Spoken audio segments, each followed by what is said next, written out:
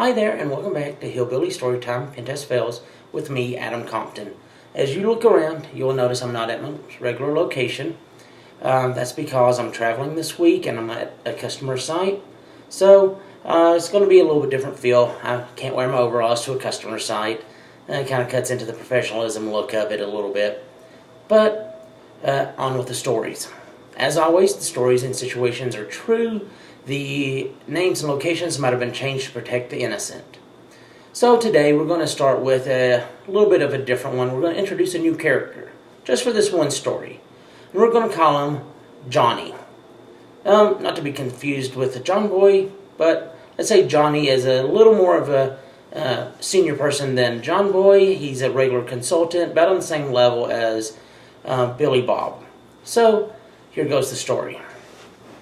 Once upon a time, there was a company, let's call them Acme, wanted to have a internal pen test done of their location. So they called Chief Pentest or us, contracted them to do the internal pen test. In doing so, they talked about the scope of it, what needed to be done, and it was determined that just one person needed to go on site. It was determined that it was going to be this new character, Johnny. Well, Johnny, wanting to make it to the site on time, it was going to be an out-of-town engagement. He decided that he was going to drive. He got in his car on Sunday, started driving, so that he could be on site first thing Monday morning to help the customer. Well, as it turns out, the general practice here was that when somebody would arrive on site at a customer, they'd call back to Chief Pentest or us, say, look, we made it, everything's fine, we're good to go. Well, that call never happened. He got up to about noon on Monday, and finally, Acme called Chief Pentest or us and said, listen, we have this whole box of stuff now, of equipment, what do you want us to do with it? Well, this totally threw Chief Pentest or us. They're like, what are you talking about? You shouldn't have a box of equipment. Acme then responded, well, here's the situation, what's happened.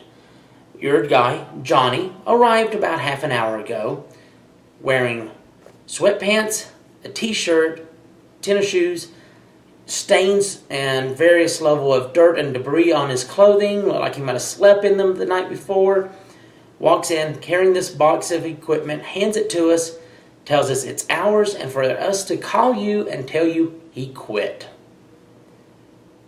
What do you want us to do with it? Chief Pentest or us kind of went into a little bit of a panic there, said, we'll take care of this, don't worry about it. They ran over to one of their other guys, in this case to Charles Ray, said, Charles Ray, we need somebody a little more senior to go inside, take care of this. Can you pack up and go now? He said, yes, I can do this. So he packed up his stuff, drove to be on site, helped out Acme, got their stuff taken care of. I'm sure Chief Pentest or us gave them a nice little discount in this process to help offset some of the issues and the headache that occurred during all this. And everything was done and taken care of. Now let's go back to Johnny. What kind of things did Johnny do wrong in this situation? Well, several in particular. One, he didn't call back. Obviously, there was some issue, and he didn't call back to Chief Pentest or us and let his manager know what was going on. Maybe there was something they could have worked out. Maybe there was something he could have helped with. Who knows? Two, he went to the customer dressed in, well, clothes you shouldn't show up at a customer site. Very unprofessional. So, and then he handed away equipment that wasn't his. And I don't know if you want to call this professional, not professional, or what you want to call it, but if you're going to quit your job, at least be self-assured enough to go to your boss directly and quit your job. Tell them in person. Don't do it via proxy. And especially don't let that proxy be the customer. Yeah. I'm sure there's a lot more to this story that happened behind the scenes. I'm not privy to all that extra information. What I've heard and what I've gathered is what I've provided here to you today. I'm sorry if this episode is a little short. I got a little bit of a respiratory issue at the moment, so my voice is coming and going. So I'm just trying to cut it short here so my throat doesn't go out on me. And I appreciate it. I hope you all enjoyed this short story. As always, if you like this, please go ahead and hit the like button below.